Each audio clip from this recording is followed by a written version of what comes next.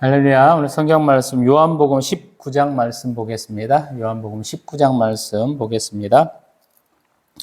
이에 빌라도가 예수를 데려다가 채찍질 하더라. 군인들이 가시나무로 관을 엮어 그의 머리에 씌우고 자색 옷을 입히고 앞에 가서 이르되 유대인 왕이여 평안할지어다 하며 손으로 때리더라.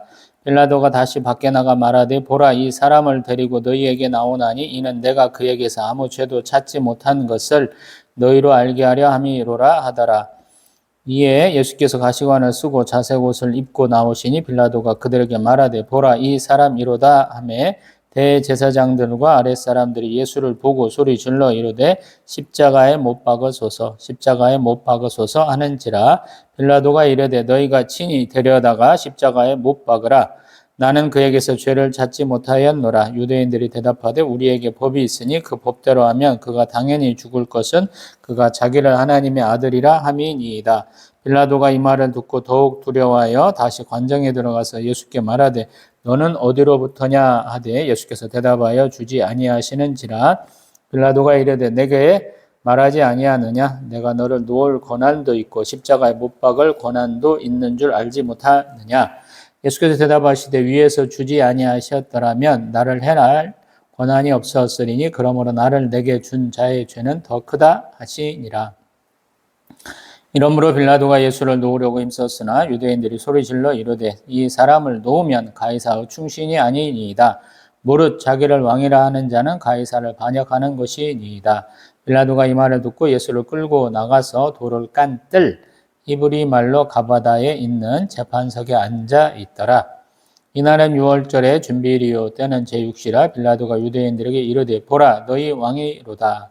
그들이 소리 지르되 없이하소서 없이하소서 그를 십자가에 못 박게 하소서. 빌라도가 이르되 내가 너희 왕을 십자가에 못 박으랴. 대제사장들이 대답하되 가이사 외에는 우리에게 왕이 없나이다 하니 이에 예수를 십자가에 못 박도록 그들에게 넘겨주니라. 그들이 예수를 맡으며 예수께서 자기의 십자가를 지시고 해골 히브리 말로 골고다라 하는 곳에 나가시니 그들이 거기서 예수를 십자가에 못 박을새 다른 두 사람도 그와 함께 좌우편에 못 박으니 예수는 가운데 있더라. 빌라도가 패를 써서 십자가 위에 붙이니 나사렛 예수 유대인 왕이라 기록되었더라. 예수께서 못 박히신 곳이 성에서 가까운 곳으로 많은 유대인이 이 패를 읽는데 히브리어와 로마와 헬라 말로 기록되었더라.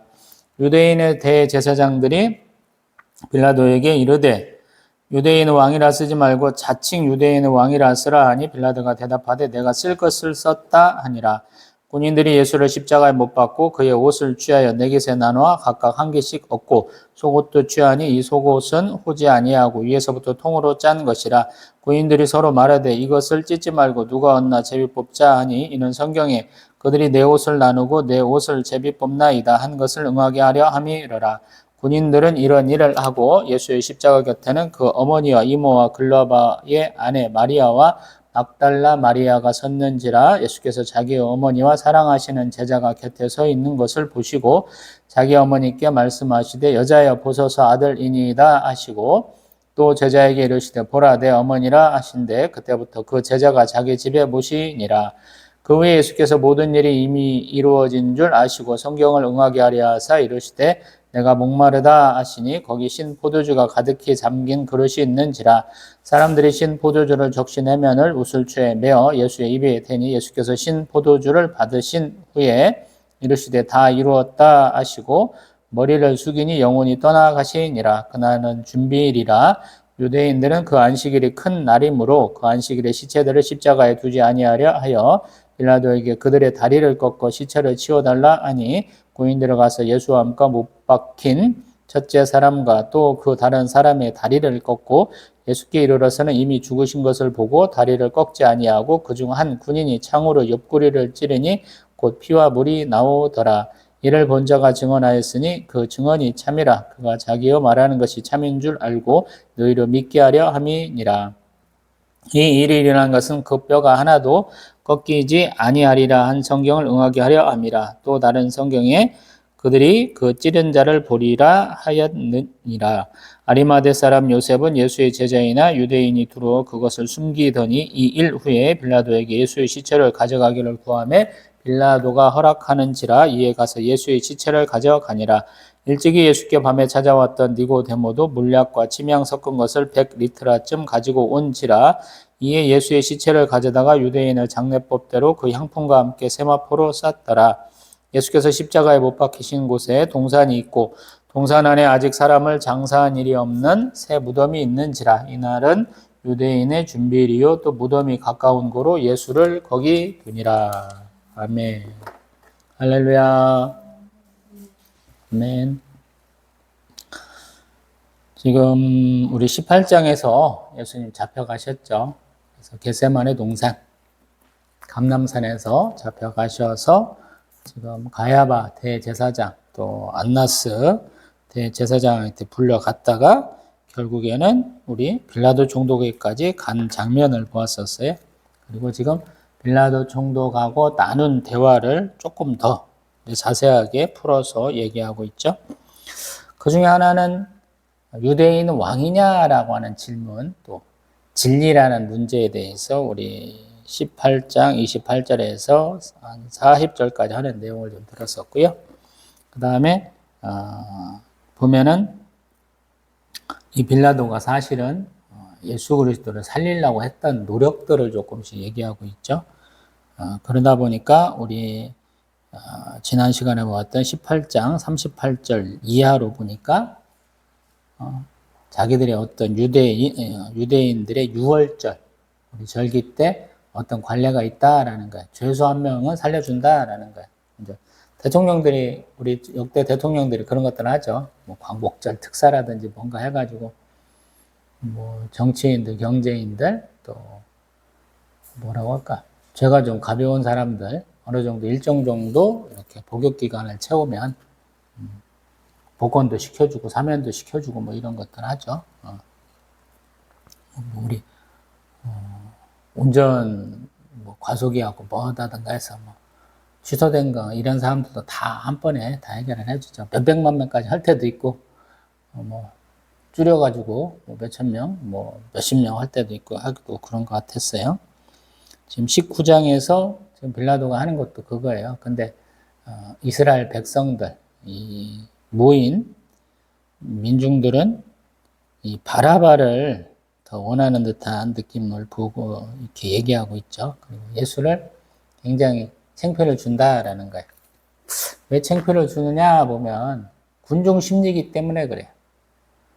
우리 지금 트럼프 대통령이 이제 많은 사람들을 쫓아내고 있죠. 왜 쫓아내냐면 우리 대한민국에도 그런 사람들 엄청나게 많은데 비자도 없이 와가지고 불법으로 들어와서 일하면서 이제 사는 사람들을 쫓아내겠다, 유학 온 사람도 쫓아내겠다 이런 것이죠. 그래서 지금 LA, 캘리포니아 같은 경우는 뭐 군대까지 동원해서 지금 난리가 아니다라고 그러잖아요.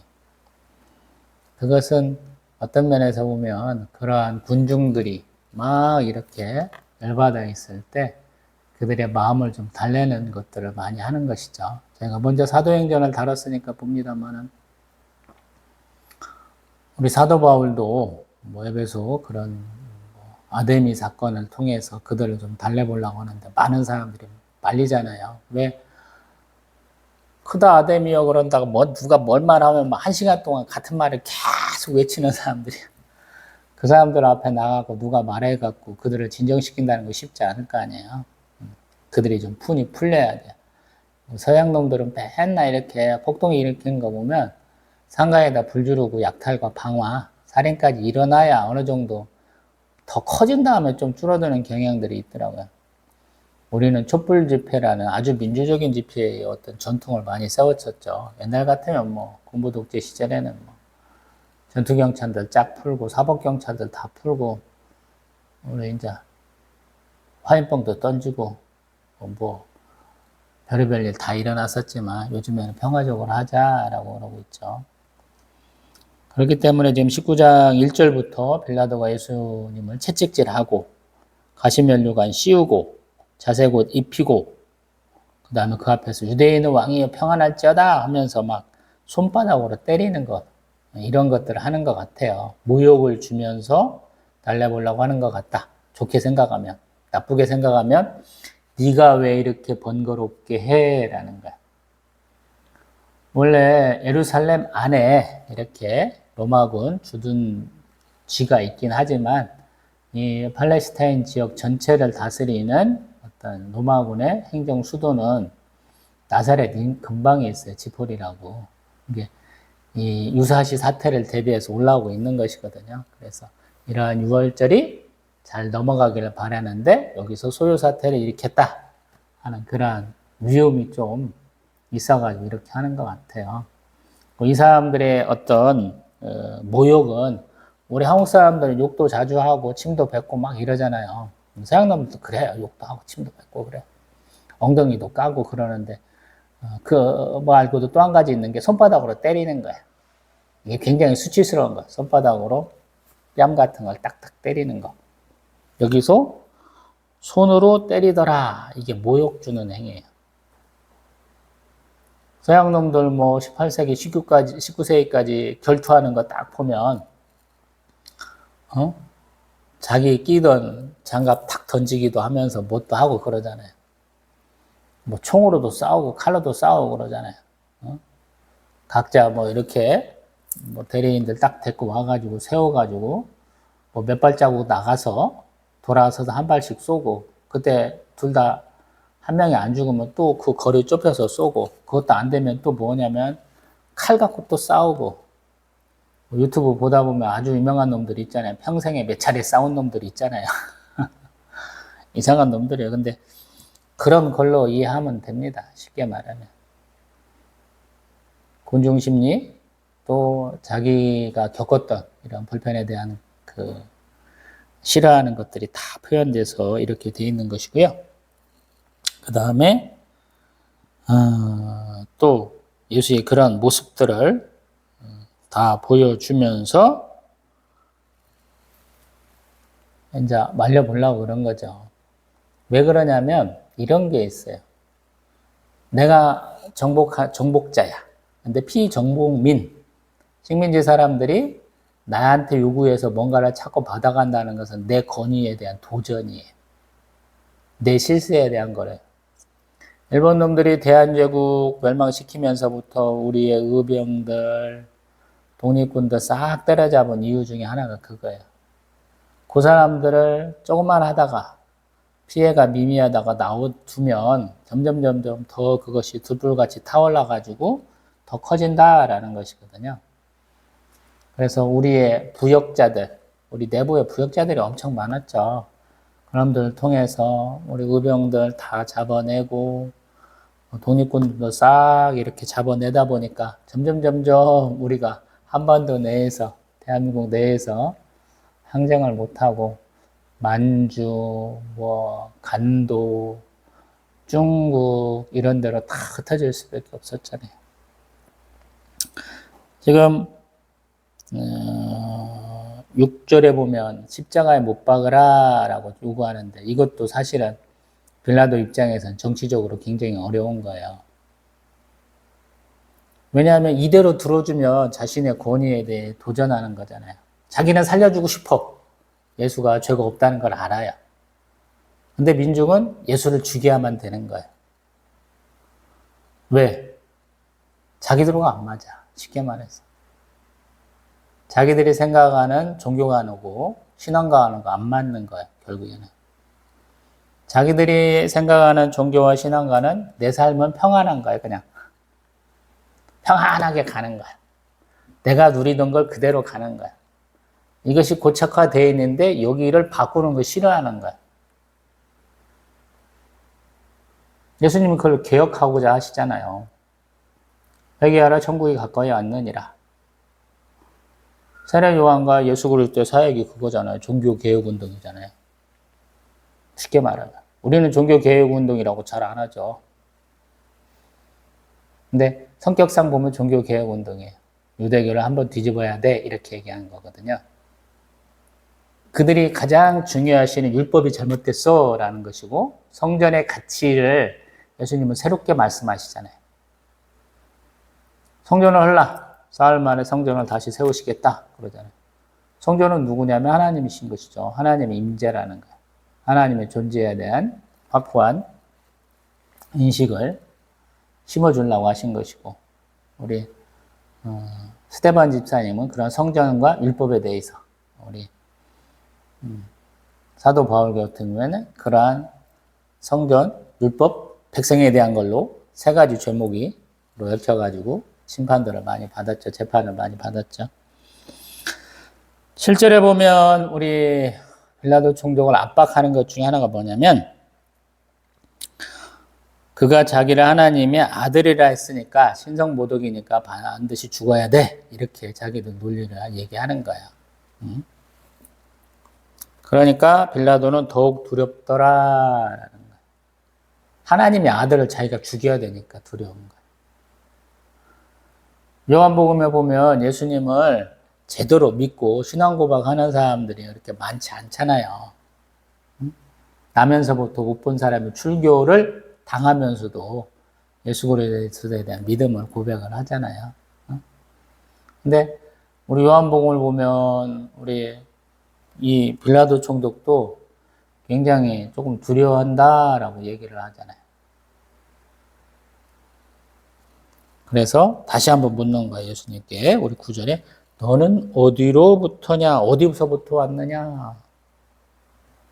예수님 대답 안 하셔. 어디서부터 왔느냐라는 거예요. 유대인들도 안 믿어, 성육신을. 근데 이 빌라도 총독이 믿겠어요? 그래서 야, 내가 너 죽일 수도 있고 살릴 수도 있는데 아무 말도 안 하냐? 그랬더니 예수님께서 하신 말씀 11절 위에서 주셨은 거야. 네게 아니야. 그러니까 나를 내게 넘겨준 이스라엘의 백성의 죄는 더 큰 거야 라는 거야. 위에서부터 왔다라는 거야. 계속 말을 해줘요. 근데 못 알아들어. 왜냐하면 하나님의 존재를 모르기 때문에 그래. 다른 걸로 계속 해결을 해보려니까 어려운 거야. 이들의 신은 황제니까 어려운 거죠. 12절 또 예수를 찾고 누우려고 했어. 근데 유대인들은 찾고 아니 이 사람 도와주면 안 돼요. 이 사람은 스스로 왕이라 칭한 사람이니까 이것은 가이사 로마 황제를 거역한 거예요. 반역한 거예요. 그러니까 어쩔 수 없다라는 거예요. 왕을 칭한 자는 살려둘 수 없는 거거든요. 그래서 반란인 거예요. 그래서 어쩔 수 없이 14절 보면은 보라 너희 왕이다. 그래서 이게 제6시다 그래요. 그래서 보면은 이게 한 12시쯤 된 거예요. 이게 아침에 사람들 모여가지고 계속 서로 막 티그락태그락 하면서 소리 빽빽 아침부터 질러댔는데 결국에는 안 된 거예요. 빌라도의 어떤 그런 마음, 좀 걱정도 되고 좀 어떻게 무난하게 넘겨보려는 마음이 안 돼가지고 어쩔 수 없이 이렇게 십자가에 못 박히게 넘겨주시는 것이죠. 다음에 17절 예수님은 어떻게 가셨냐면 자기의 십자가를 지셨다 그래요. 우리가 생각할 때 십자가가 뭐 사람 키만 하다. 아니에요. 조금 높이 달았던 것 같아요. 그래서 우리 지금 예루살렘에 가면 그 고난의 길에 가면 우리 십자가를 갖다 놨죠. 근데 과연 그게 예수님이 지셨던 십자가냐라고 학자들은 동의하지 않는 분도 계세요. 왜냐하면 상하로 된 긴 거는 원래 그 자리에 있다는 거예요. 그것이 연결된 상태로 가로대까지 연결된 상태로 사람들이 지고 갈 무게가 아니다라는 거야. 그래서 가로목 정도만 지고 간 것이 아니냐 이런 얘기도 하거든요. 뭔지는 잘 모르겠어요. 근데 생각을 해보세요.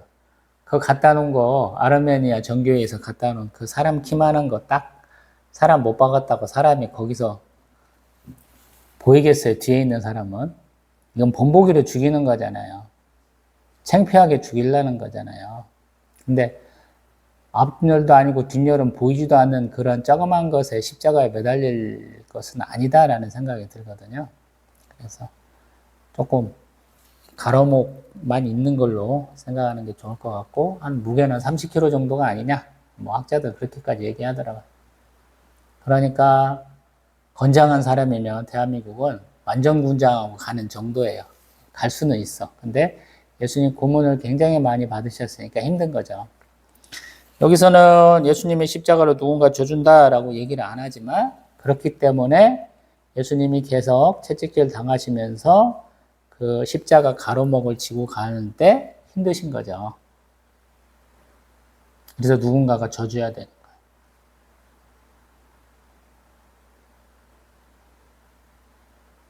건장한 우리 저보다 더 튼튼한 애들도 30kg 군장 메고 40kg 행군하면 죽으려고 그러잖아요. 발바닥에 막 물집 생기고. 예수님은 정말로 하루 밤 꼬박 새시고 채찍질 당하셨고 몸에 안 좋은 상태에서 가다 보면 물 한 잔을 얻어 드시기는 한 것 같은데 그렇게 목마른 상태에서 그 고난의 길을 가는 것이죠. 그리고 예수님이 십자가에 못 박히시는 곳의 이름은 해골이에요. 골고다예요. 갈보리라는 표현 많이 쓰는데 학자들은 그건 어디서 나오는 족보 없는 언어다라고 그러더라고요. 근데 교회 이름으로 많이들 쓰시죠. 찬양에도 많이 갈보리 그러는데 골고다가 맞습니다, 여러분. 족보 없는 거 쓰지 마세요. 골고다라고 그래요. 근데 어감은 갈보리가 훨씬 좋죠. 한국식으로 보면 갈보리, 칼바리, 캘버리 뭐 이렇게 하면 딱 가니까. 그런데 골고다예요, 여러분. 골고다라고 얘기하잖아. 골고다로 써야 되죠. 그 다음에 십자가는 한 명만 매다는 것이 아니고 예수님 양쪽에다가 죄인 둘을 더 같이 매달았다라고 얘기하고 있고요. 매단다는 표현을 하는데 정확히는 못 박는다라는 거예요. 제가 이렇게 가로옥만 얘기한 게 뭐냐면 성인이 아무리 못해도 50에서 60kg는 갈 거 아니에요. 그러니까 분명히 예수님이 저보다 키가 작다라고 생각을 해요. 근데 더 다부졌을 거라고 얘기를 하거든요. 그럼 160에 60kg 정도인데 그렇게 사람을 십자가에 달아가지고 못 박아가지고 버틸 수 있어야 되는 거야. 근데 십자가가 굉장히 튼튼해야 되는 거야. 쉽게 말하면. 우리로 말하면 사람을 이렇게 묶어갖는 걸로 되는 게 아니에요. 쉽게 말하면. 그래서 못을 박는 거야. 우리 요 안에 뼈들이 많아요. 근데 여기서부터 손가락이 시작되거든요. 여기다 박아봐야 그냥 쭉 빠져요. 결국에는 무게에 의해서. 그래서 이 안에 뼈가 두 개가 긴 게 있고 여기가 공간이 좀 있어요. 그래서 여기다 박는 것이고 발목도 마찬가지고. 그리고 고통을 좀 덜어주기 위해서라는 얘기를 하거든요. 사람이 피를 많이 흘리고 폐혈증이 오게 되면 무엇 때문에 주냐면 호흡을 못해서 죽는다고 그래요, 사실은. 그래서 그 호흡을 조금 도와주기 위해서 하는 게 뭐냐면 엉덩이 부분에 받침대가 조금 있다라고 그런 얘기도 하더라고요. 십자가의 어떤 구조에 대해서 써놓은 것을 보니까 아마 그럴 가능성이 좀 있어요. 창피하게 우리가 딱 그냥 사람이 이렇게 쫙 다 펴고 그냥 쭉 내려가는 형태는 아니다라는 거야. 팬티 입혀놓고 엉덩이를 약간 걸칠 수 있는 형태가 아니느냐 이렇게 얘기하거든요. 잘 모르겠어요. 정확히는 어떻게 되는지는. 근데 그렇게 얘기하시는 분이 있더라라는 것이고요. 그 다음에 죄인이 누군가는 밝혀야 되기 때문에 십자가 위에다가 패를 건다라는 거예요. 빌라도 총독은 뭐라고 그러냐면 나사렛 예수 유대인 왕이다라고 패를 섞은 것이고 그 패도 많은 사람이 읽을 수 있도록 세 가지 언어, 히브리말, 로마말, 헬라말로 썼는데 유대인은 제사장들이 야 어떻게 그게 우리 왕이야 자칭 유대인은 왕이라 그러는데 빌라도는 됐어 이러면서 거절했다라는 것이거든요. 그 다음에 그러고 나서 군인들이 챙겨가는 게 있어요. 거의 나체 상태로 창피를 주려고 하는 것이기 때문에 겉옷을 일단은 뺏어가요. 겉옷은 우리가 실품을 표현할 때 보면 겉옷을 찢잖아요. 그러니까 여기 보면 겉옷이 총 4개수로 나눠졌다 그래요. 4개로 나눴고요. 속옷은 그냥 통짜로 짠 거예요. 이음매가 없이 그냥 하나예요. 원피스 형태로 되어 있기 때문에 그래서 그것을 제비 뽑았다라는 것이고 그것은 우리 시편 22편 18절 내용과 관계되어 있던 것이고 또 그 다음에 25절에 보면 중요한 내용이 하나 있죠. 예수의 십자가의 형을 바라보는 여자들이 있더라라는 거예요. 그리고 26절 예수의 사랑하시는 제자, 아마 이게 사도 요한이겠죠. 요한과 자기 어머니를 이제 서로 이렇게 어머니라 아들이라 이렇게 맺어준다라는 거예요. 그래서 우리 가나의 혼인잔치에서 여자여라고 어머니를 좀 서운하게 불렀었는데 여기도 똑같이 여자여라고 부르고 있어요. 근데 그 육신의 어머니, 자기를 낳아준 어머니의 마지막 삶을 우리 제자에게 부탁하고 있고 그러고 있죠. 그래서 예수님 바라보면 참 자기 것도 해결이 안 되는데 참 오지랖도 없다라는 표현 한국식으로 쓸 수도 있거든요. 죽음에 앞두고 예수님 많은 것들을 챙겨주시거든요. 우리 마테마가 누가에서는 옆에 매달린 도둑놈 중에 하나가 죄를 뉘우치니까 그 죄를 용서해 주시잖아요. 앞에 있는 놈들도 자기를 십자가에 매달는 그 나쁜 놈들도 다 용서하시잖아요. 그래서 하나님이시고 예수의 십자가 사랑 우리가 말로만 많이 떠드는데 정말로 그렇게 위대하고 완전 무결한 사랑이 있을 수가 없는 것이죠. 28절 내가 목마르다 하셨다는 거예요. 당연하죠. 우리 피가 많이 흘리면 목말라요. 갈증이 생겨요. 그 목마르다 하는 것은 시편 69편 21절에 나오는 것이고 사람들이 그 소리를 듣고 소위 마취 성분이 들어가 있는 것들을 먹이시거든요. 그리고 예수님 30절에 보면 다 이루었다라고 말씀하셔요. 다 이루었다. 학자들은 이 원래 단어가 빚을 갚는 데 다 쓰는 것이다 이런 표현을 해가지고 꼭 그러더라고요. 이게 선거단체 애들이 그런 짓 많이 해요.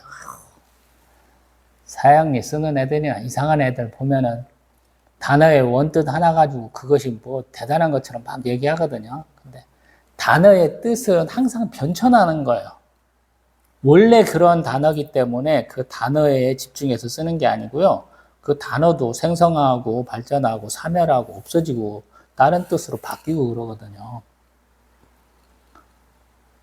우리나라에 왔던 선교사님들하고 그 밑에서 일했었던 초기 사역자들이 빚 다 갚았어. 이 단어로 해석 안 했잖아요. 다 이루었다라고 해석했잖아요. 근데 그거에 지나고 100년도 더 지난 사람들이 그 원뜻이니까 빚을 다 갚았어. 이렇게 해석한다는 게 말이 되는 거예요. 정말 무식한 거지. 죄송해요. 뭐 선교단체 애들 보면은 90%는 너무 무식한 애들이 많아서 그러는 거예요. 성경도 안 읽고 뭔가 하나 필받으면 그게 대단한 건 줄 알고 그것만 쭉 붙들고 있고 그렇더라고요. 전체적인 틀이 뭔지는 모르는 애들이더라고요. 가르칠 수가 없는 애들이야. 너무 단순해서. 긴 호흡으로 봐야죠. 주변 여건을 다 살펴야죠. 다 이루었다라는 거예요. 예수님의 사역을 다 이루었다는 거예요, 지금.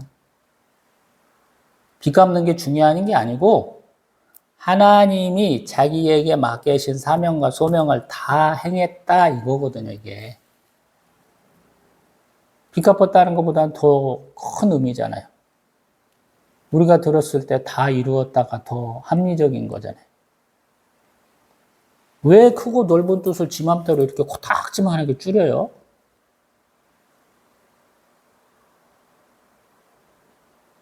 예수님 돈 내기 별로 하지도 않는 분인데 뭔 빼놓고 돈 갚는 걸로 얘기를 하는 거야? 물질에 대한 얘기를 예수님은 별로 안 했어요. 하나님 나라에 대한 얘기를 많이 하고 성부에 대한 얘기를 많이 하신 분인데 왜 그 물질과 재물에 대한 것으로 축소해갖고 얘기하는 거야? 구약에서도 속전, 생명의 속전에 대해서 어떻게 얘기하는 거 봐요. 돈이 아무리 많아도 생명의 속전은 낼 수 없다 이렇게 얘기하는데 얼마나 무식한 애들이 간데 이게 돈 갚았다는 얘기로 하는지 모르겠어요. 그래서 제가 드리는 말씀은 성경 공부 나름대로 기초 지식이 있어야 된다고. 누가 뭔 얘기하면 막 옳은 것 같거든요. 그런 흡입력이 있는 설교들을 많이 하셨어요, 이분들이. 우리 선교사나 부흥사 목사님들이 그런 걸 되게 잘해요. 분위기가 쩍쩍쩍쩍 되면서 듣고 있으면 막 가슴이 막 벅차올라, 막 눈물도 쭉 나와. 핵심을 알아야죠. 감성에만 호소할 게 아니고 이성과 우리 영혼도 같이 한번 봐야 될 거 아니에요. 다 이루었다 얼마나 좋아요. 예수는 자기의 십자가 대속의 죽음으로 자기의 사역을 다 이룬 거예요. 우리의 사역도 마찬가지예요. 우리의 죽음으로 하나님이 우리를 창조하신 목숨을 다 드림으로 죽을 때 사역이 완성되는 거예요. 적당히 하다 말잖아요, 많은 사람들이. 제가 이 다 이루었다는 말씀 때문에 굉장히 어려워요. 개척교회 목사잖아요. 지금도 바깥에 30도 넘어가는데 이 예배당 안에 공기가 안 좋은 것 같아요. 선풍기 지금 2대 틀어놨더니 기침이 얼마나 나는지 모르겠어요.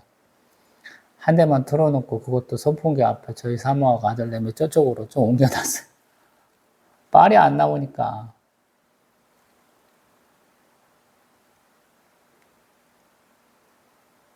계속 간대야 되겠다, 간대야겠다 이런 생각들 많이 하거든요. 예수님 사역은 어때요? 예수님도 창피를 모르시는 분일까요?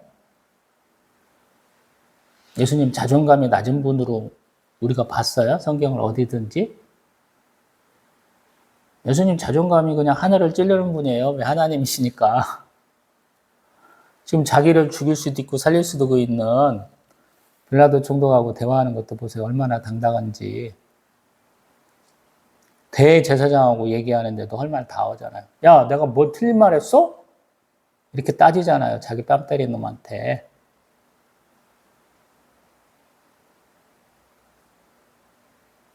심지어 자기를 십자가에 매달려 죽인 놈도 아버지 저들을 용서해 주옵소서 이렇게 얘기하죠.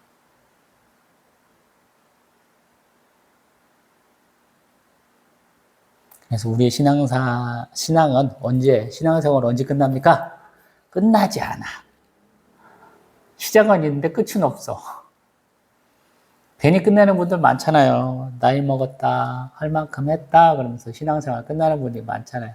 내가 이만큼 했으면 하나님이 나머지 내 인생은 책임지셔야지 마땅하지 않아요? 이렇게 말하는 분들이 많다라는 거예요. 그래서 그렇게 하지 마시라고 그러는 거예요. 여러분들이 했던 것은 코딱지만큼 한 거예요. 하나님이 요만큼을 하고 있는데 여러분은 코딱지만큼 한 거거든요. 하나님이 코딱지만이 한 것을 이렇게 많이 한 것처럼 축복하시고 축복 내려준 거예요. 그래서 감사함으로 계속 해야 되는 거예요. 자기가 뭔가 한 걸로 착각하는 분들이 많아서 말씀드리는 거예요. 우리의 신앙생활의 모델은 누구냐? 그럼 예수 그리스도예요. 예수는 자기의 죽음으로써 자기의 사역을 이렇게 마감해 가고 있잖아요. 그리고 부활하신 후에도 또 하시잖아요. 우리의 사역은, 신앙생활은 영원 무궁한 거예요. 네버 엔딩 스토리가 되는 거예요. 그래서 현재에 만족하지 마시고 내가 과거에 많이 했어 이런 거 자랑하실 필요 없어요. 오늘 이 순간 이곳에서 최선을 다하는 모습이 필요한 거예요. 그리고 이제 그 다음 상황으로서 31절 보면은 준비일이다 그러는 거예요. 예수님 금요일 날 십자가에 못 박히셨는데 사실은 준비일이다라는 거예요. 토요일이 안식일이잖아요. 근데 그 안식일이 가만히 보면 그게 6월절인가 봐요. 이때 시기가 그렇게 맞아 들어가는가 봐. 그래서 사람들이 어떻게든지 그 안식일 날 일을 안 하려고 지금 오후 3시야. 예수님 돌아가시고 나니까 그 남은 한 3시간 동안에 무슨 일들을 다 하려고 그러는 거야, 급하게. 그 시간을 넘기면 안 되니까, 안식일이니까.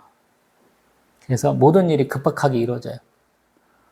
안 죽은 놈 빨리 죽이려고 다리도 꺾고, 예수님은 죽었나 확인하려고 창으로 찌르고, 그러고 지금 그 밑에 어? 이러한 일들은 우리 36절에 보면 시편 34편에 있었던 일이고 37절에 보면 스가랴 12장 10절에 있었던 일이다라고 다 얘기하고 있고요. 그다음에 38절 이하라 보면 아리마대 요셉, 또 니고데모가 예수의 장례 물품을 갖고 왔다라는 것이고 커밍아웃을 했어요. 내가 예수 그리스도의 제자다라고 지금 아리마대 요셉이 빌라도 총독한테 당당하게 요구해가지고 시체 내려가지고 자기가 미리 준비했던 그곳에 안치를 했다. 이런 얘기고요.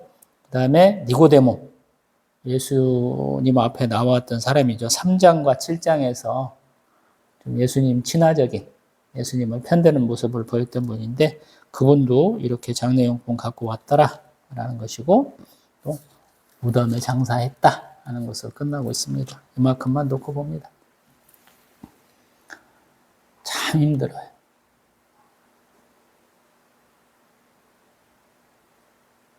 예루살렘에 입성하는 장면부터 저는 참 힘들더라고요. 개척 10년 차예요. 마테마가 누가 요한복음 얼마나 많이 설교했는가 모르겠어요. 굉장히 많이 하죠. 저 같은 경우 아무리 못해도 3년에 한 번은 66권 다 다루는 걸로 하거든요. 한 3번은 했을 거예요. 마테마가 누가 요한복음 12번 이상 다뤘다는 얘기거든요. 쉽게 말해서. 예수님은 이렇게 자기가 누리게 될 영광의 십자가 아니고 고난의 십자가를 반드시 받으실 것을 아셨는데 어떻게 그것들을 받아들이셨나라는 거예요. 한국 사람들은 실패한 자를 그렇게 용서하는 사람들이 아니에요. 성공 신화에 매달린 사람들이라 1등만 기억하는 아주 나쁜 민족이에요. 우리가. 근데 이건 우리만의 문화가 아니에요. 세상 많은 사람들이 그래요. 많은 민족들이, 많은 나라들이 그래요. 한국은 아직 선진국이 아니에요. 어떤 면에서 보면 나와 다른 너를 인정하는 문화가 아니에요. 너를 죽이고 내가 올라서리라 하는 그러한 문화예요. 왜 그렇게 우리가 이렇게 쫓겨 사는 사람들이 됐는지 모르겠어요. 충분히 평화롭게 살 수 있어요. 정치도 그따위로 하잖아요. 너 죽고 나 살자라고 하잖아요. 그럼 문제가 되는 게 뭐냐면 맨날 싸워야 돼. 제가 진돗개 싫어하는 이유 중에 하나도 그렇고 몇 차례 얘기해봤잖아요. 진돗개 얘기. 서열 정리가 안 돼. 진돗개는. 무조건 지가 원탑을 해야 돼요. 무조건 달려들어. 이게 사회성이 없다라고 얘기하는 거거든요. 그래서 어릴 때부터 사회성을 길러야 된다는 얘기를 되게 많이 해요. 우리도 신앙생활하면서 이러한 사회성이 많이 부족해요. 누군가를 이겨야 된다라고 생각하거든. 같이 갈 수 있다는 생각 잘 안 해. 이게 아마 일본 놈들이 와가지고 우리를 경쟁시켜서 이간질시켜서 그런 경우가 참 많은 것 같아요. 제가 몇 차례 얘기해봤습니다만 3명이 해야 될 일이야. 2명한테 임금을 조금 더 높여줘가지고 3사람분보다는 적은 액수를 들여가지고 일을 시키면 한국 사람들은 그걸 한다는 거예요. 이런 일 되게 많죠, 지금도. 3사람 분모는 2명이서 하는데 2명이 죽을 둥살둥해. 임금 조금 더 받는다고.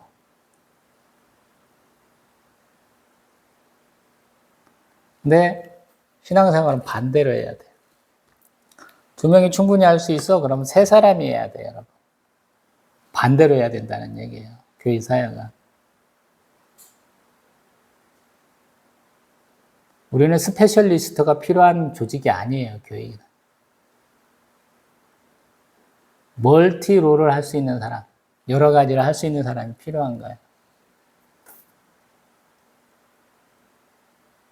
너도 할 수 있고, 나도 할 수 있고, 또 누군가가 할 수 있고.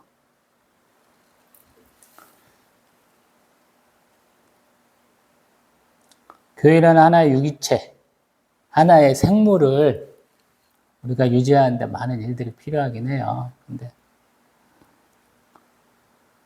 궁극적으로 우리의 신앙은 성부, 성자, 성령, 성삼일체 하나님을 믿는 거예요. 그것에 더 집중이 돼야 되거든. 그걸 못하는 거야. 유대교도 지금 한 1500년 가까이 지나니까 늙었죠. 나이를 많이 처먹은 짐승이 된 거예요. 몸이 굼뜬 거예요. 생각도 굉장히 굳어버린 것이고. 예수님이 오셔갖고 그 머리를 새롭게 하는 것이고 그 조직을 새롭게 해주신 것이거든요. 근데 받아들여지지 않죠. 저희도 마찬가지. 예수님 오셨다 가셔갖고 2000년이 지났잖아요. 우리의 교회 조직, 하나의 생명체는 다양하게 분화가 됐죠. 여러 가지 걸로 갈라졌어. 근데 어떤 교파, 어떤 조직이 아직도 예수님이 원했던 조직이냐라고 물어보면 잘 모르겠어. 그런 조직이 남아있긴 하는지 모르겠어요. 보면 성경에 대한 바른 해석과 그 해석을 통해서 얻은 것을 내 삶에서 온전히 행하고자 노력해야 되잖아요. 그런 분들이 있나요?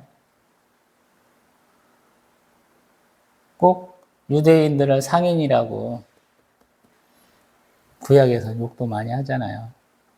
한국도 똑같아진 것 같아.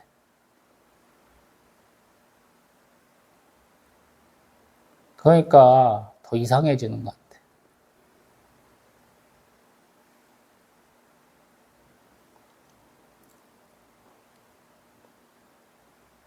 그리고 우리 기독교는 항상 누군가는 얘기하더라고. 피를 먹고 자라는 뭐 종교라나 뭐 이런 얘기를 한 것 같은데 항상 순교자를 필요로 해요. 우리는 21세기 대한민국에서 우리 개신교 믿는데 순교가 필요하냐고 묻는다면 아니요 라고 대답을 해야 되죠. 교회 다닌다고 뭐라고 시비 거는 놈은 있을 수 있지만 피 흘리기까지는 아니잖아요. 근데 우리는 우리의 목숨도 안 걸어도 되고 피도 안 흘려도 되는데 그 자그마한 걸 잘 못하잖아요.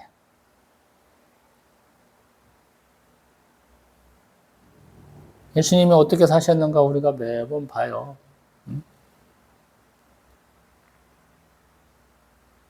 근데 우리가 과연 예수님이 말씀하신 것처럼 살고 있냐라고 그러면 부끄럽잖아요. 특별하게 제가 더 부끄럽죠. 항상 말하는데 어떤 놈이 뭔 얘기를 계속하면 지가 그걸 못하는 것이다 라는 거예요. 제가 못하는 거예요 사실. 그러니까 더 아이러니컬해요. 제가 못하는데 못하는 걸 계속 얘기해야 돼. 이게 선순환이 되면 괜찮은데 어떤 면에서 악순환이에요.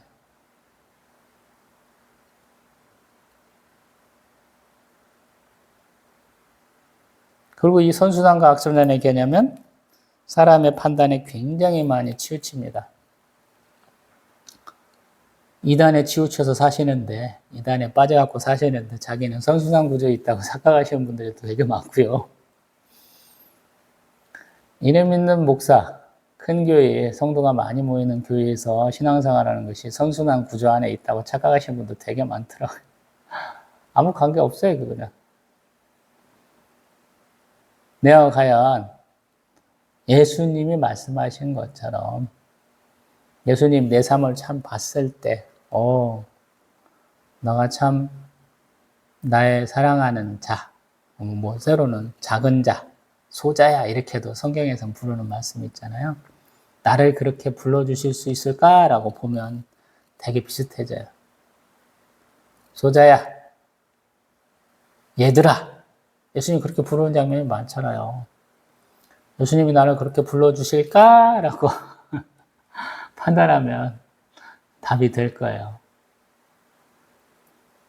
그래서 어려워요, 신앙생활이. 예수님은 너무 멀리 있는 분이 아니었어요. 가까이에 있는 사람들하고 아이 컨택 다 하시면서 그들의 삶을 다 보시면서 말하지 않아도 알아요. 가나 초콜릿처럼 다 아셨거든요. 근데 그 말하기도 창피하고 딴 사람한테 절대 말 안 할 얘기도 예수님은 다 하게 하시거든요.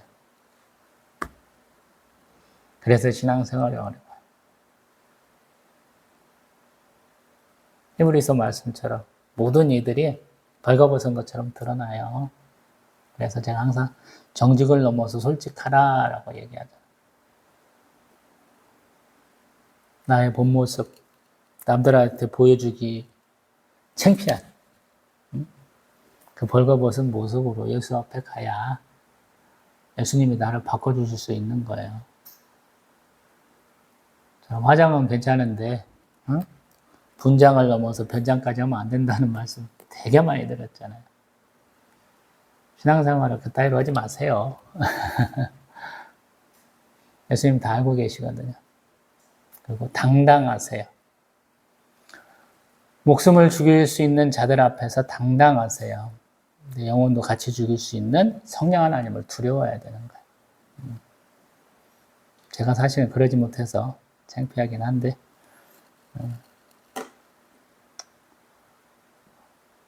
언젠가 계속 끌려다니지만 않는 모습 보여드리겠습니다. 또 뵙겠습니다.